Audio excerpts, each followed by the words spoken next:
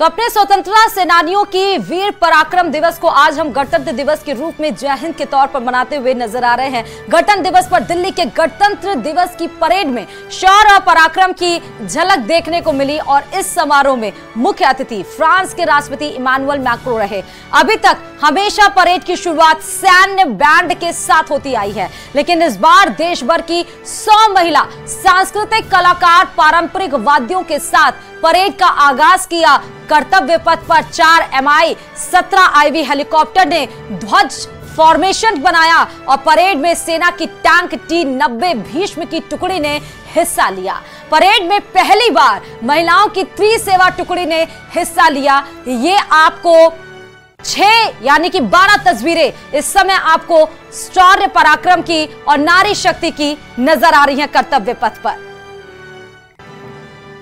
गणतंत्र की परेड में अलग अलग राज्यों की झांकियां निकाली गई, जिसमें आपने अपने प्रदेशों की कला संस्कृति को दर्शाया गया। कर्तव्य पथ पर गणतंत्र दिवस की परेड में राजस्थान की झांकी प्रस्तुत की गई, जिसमें पधारो मारे देश पर आधारित रही। तो वहीं उत्तर प्रदेश की झांकी में राम मंदिर की थीम पर तैयार की गई, जिसमें आगे के हिस्से में रामलला की झलक दिखाई दी, तो वहीं पिछले हिस्से में प्रदेश के विकास की भी झलक दिखाई दे रही है। अलग अलग राज्यों की 12 राज्यों की तस्वीरें हम आपको आपके टीवी स्क्रीन पर दिखा रहे हैं। वैसे तो 28 राज्य, लेकिन राजस्थान, उत्तर प्रदेश, अरुणाचल प्रदेश, हरियाणा, मणिपुर, मध्य प्रदेश, तमिलनाडु, लद्दाख, आंध्र प्रदेश, महाराष्ट्र, छत्तीसगढ़, ओडिशा, इन सभी के राज्यों की संस्कृति धरोहर कर्तव्य पथ पर आज झांकी के जरिए परोसी गई। और वहीं गणतंत्र दिवस पर फ्रांस के राष्ट्रपति ने अपने एक्स हैंडल पर पीएम मोदी के साथ वाली तस्वीर भी साझा की है। फ्रांस के राष्ट्रपति ने कल शाम हवा महल के बाहर ली सेल्फी साझा की। कल मैक्रो जयपुर दौरे पर थे और इस दौरान पीएम मोदी और फ्रांस के राष्ट्रपति ने रोड शो भी किया था और इसी दौरान पीएम मोदी और मैक्रो ने सेल्फी भी ली थी। उसी सेल्फी को एक्स हैंडल पर शेयर करते हुए मैक्रो ने गणतंत्र दिवस की शुभकामनाएं दी। और तस्वीर शेयर करते हुए फ्रांस के राष्ट्रपति इमानुएल मैक्रों ने सोशल मीडिया प्लेटफॉर्म एक्स पर लिखा, मेरे प्यारे दोस्त नरेंद्र मोदी और भारत की जनता को गणतंत्र दिवस की हार्दिक बधाई देता हूं। यहां आकर मैं बहुत ही ज्यादा गौरवान्वित महसूस कर रहा हूं। बात जब कर्तव्य पथ की हो तो हिंदुस्तान का दमखम कर्तव्य पथ पर दिखता है। भारतीय सेना का मुख्य टैंक T-90 यानी कि भीष्म टैंक, पिनाका रॉकेट, नाग मिसाइल जो एंटी टैंक मिसाइल भी है, उसका प्रदर्शन कर्तव्य पथ पर किया गया।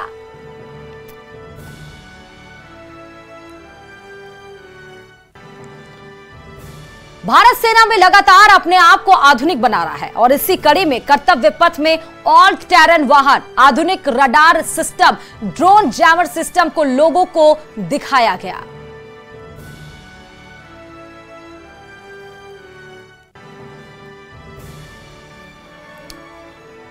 अलग अलग मंत्रालय भी कर्तव्य पथ पर कर्तव्य दिखाते हुए नहीं छूटे। अलग अलग मंत्रालयों ने भी अपनी झांकी के जरिए लोगों का दिल जीता, जिसमें इसरो की झांकी में चंद्रयान और आदित्य L1 की झलक दिखी, तो वहीं विदेश मंत्रालय की झांकी में G20 का जिक्र था। जल मार्ग, चुनाव आयोग, IT मिनिस्ट्री, विदेश मंत्रालय, इसरो और गृह मंत्रालय, अलग अलग मंत्रालयों ने भी अपने दमखम को उस कर्तव्य पथ पर दर्शाया है। पीएम मोदी ने 75वें गणतंत्र दिवस के अवसर पर राष्ट्रीय युद्ध स्मारक पर शहीद जवानों को श्रद्धांजलि अर्पित की। तीनों सेना के प्रमुख और रक्षा मंत्री राजनाथ सिंह मौजूद रहे। वॉर मेमोरियल पर पीएम मोदी का रक्षा मंत्री राजनाथ सिंह ने स्वागत किया।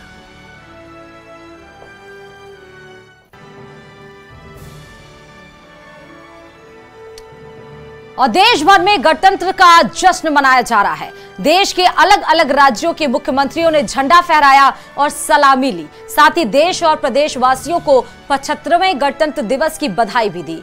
फिर चाहे वो राजस्थान हो या फिर उत्तराखंड हो या फिर हरियाणा हो या उड़ीसा हो या फिर हम मध्य प्रदेश की बात कर लें या फिर हम उत्तर प्रदेश की बात कर लें, अलग अलग राज्यों में ध्वजारोहण हुआ और अलग अलग राज्यों में उन राज्यों की संस्कृति भी परोसी गई और उन राज्यों के मुख्यमंत्रियों ने आज ध्वजारोहण के साथ गणतंत्र दिवस की महत्वता, स्वतंत्रता सेनानियों के बलिदान को याद भी किया। गणतंत्र दिवस के मौके पर बीजेपी अध्यक्ष जेपी नड्डा बीजेपी ऑफिस में झंडा फहराया। वहीं नागपुर में आरएसएस प्रमुख मोहन भागवत ने संघ कार्यालय पर झंडा फहराया और देशवासियों को शुभकामनाएं दी। तो दोनों तस्वीर बहुत अहम। बीजेपी राष्ट्रीय अध्यक्ष जेपी नड्डा बीजेपी मुख्यालय पर ध्वजारोहण के बाद, राष्ट्रगान के बाद उन्होंने दो शब्द गणतंत्र दिवस के लिए बोले और वहीं आरएसएस प्रमुख मोहन भागवत ने भी ध्वजारोहण के बाद उन्होंने बताया कि क्या महत्व है गणतंत्र दिवस का।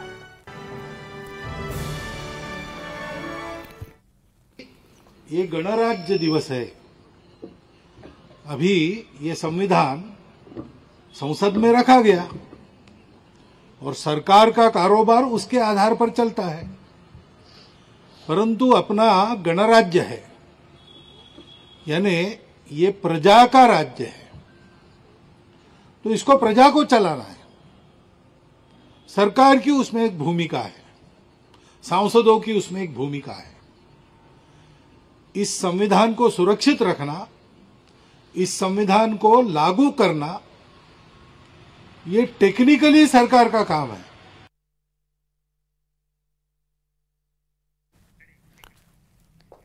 और मुख्यमंत्री भजनलाल शर्मा ने बड़ी चौपड़ और ओटीएस में झंडा फहराया, साथ ही अमर जवान ज्योति पर शहीदों को पुष्पांजलि अर्पित की। सीएम भजनलाल शर्मा ने प्रदेशवासियों को शुभकामनाएं भी दी। अहम तस्वीरें चाहे ओटीएस पर झंडा फहराने की हो या जयपुर के बड़ी चौपड़ पर झंडा फहराने की हो और या फिर अमर जवान ज्योति पर तमाम सेनानी को श्रद्धांजलि अर्पित करने की हो। तो वहीं जयपुर में सवाई मानसिंह स्टेडियम में राज्यपाल कलराज मिश्र ने तिरंगा फहराया, तो वहीं सीपी जोशी ने बीजेपी प्रदेश कार्यालय में झंडा फहराया। कांग्रेस प्रदेश अध्यक्ष गोविंद सिंह डोटासरा ने भी बड़ी चौपड़ में ध्वज फहराया। Deputy CM doctor Premchand Bairwa ने अपने गणतंत्र दिवस को शुरुआत झुंझुनू शहीदों को नमन करके की और इस मौके पर शहीदों के बलिदान को कभी नहीं भुलाया जा सकता है, ये बात कही। आज हम खुली हवा में सांस सैनिकों और वीर जाबाजों शहीदों के कारण ही ले पा रहे हैं। आप सभी को गणतंत्रता दिवस की बहुत बहुत शुभकामनाएं। आज इस शेखावाटी धरती पे आप सभी को, शेखावाटी के इस पूरे परिवार को और पूरे पत्रकार परिवार को, सभी को मैं बहुत बहुत शुभकामनाएं देना चाहूँगा। हमारे शहीदों को पुष्पांजलि अर्पित करके हम अपने आप को गौरवान्वित महसूस कर रहे हैं कि ऐसे हमारे अमर शहीद जिन्होंने हमारे इस देश के लिए वो गौरव थे, आज हमारे लिए वो अपना बलिदान देंगे, उनको हमेशा हम याद करेंगे, नमन करेंगे। और 75वें गणतंत्र दिवस पर प्रदेश कांग्रेस कमेटी के मुख्यालय पर ध्वजारोहण किया गया। पीसीसी चीफ गोविंद सिंह डोटासरा ने झंडारोहण करते हुए कांग्रेस नेताओं को संबोधित किया। पीसीसी चीफ ने कहा कि बाबा भीमराव अंबेडकर द्वारा संविधान में दी गई व्यवस्थाओं का केंद्र सरकार द्वारा माहौल उड़ाया जा रहा है। पीसीसी चीफ ने भाजपा पर हमला करते हुए कहा कि वर्तमान सरकार द्वारा देश को गुलामी की तरफ धकेलने की कोशिश की जा रही है। केंद्र में जिस प्रकार की सत्ता काम कर रही है, उस संविधान की धज्जियां उड़ा रही है, संविधान को मान नहीं रहे हैं। जिस संविधान से हमारा देश चलता है, जिसमें हमें बोलने की आज़ादी है, हमें पढ़ने की आज़ादी है, 36 कौमों के लोग इस देश में निवास करते हैं और अपनी प्रगति के लिए, अपने जीवन यापन के लिए प्रतिदिन काम करते हैं। लेकिन आज न मीडिया को बोलने की आज़ादी दी जा रही है, न जनप्रतिनिधियों को अपनी बात रखने की आज़ादी दी जा रही है। एक तरीके से जो देश की आज़ादी छीनने का काम केंद्र की सरकार कर रही है। और वहीं दौसा में कैबिनेट मंत्री किरोड़ी लाल मीणा ने डोटासरा के बयान पर पलटवार किया। उनका कहना है कि पूरे देश की विपक्षी ताकतें एकजुट हो जाएं, तब भी मोदी को हरा नहीं पाएंगे। किरोड़ी लाल मीणा ने कहा कि राजस्थान में कांग्रेस को लोकसभा चुनाव में प्रत्याशी तक नहीं मिलेंगे और सभी 25 सीटों पर बीजेपी की जीत का दावा भी किया। खुद के लोकसभा चुनाव लड़ने के सवाल पर किरोड़ी लाल मीणा ने कहा कि भाजपा में पार्टी प्लानिंग बनती है, कोई नेता नहीं।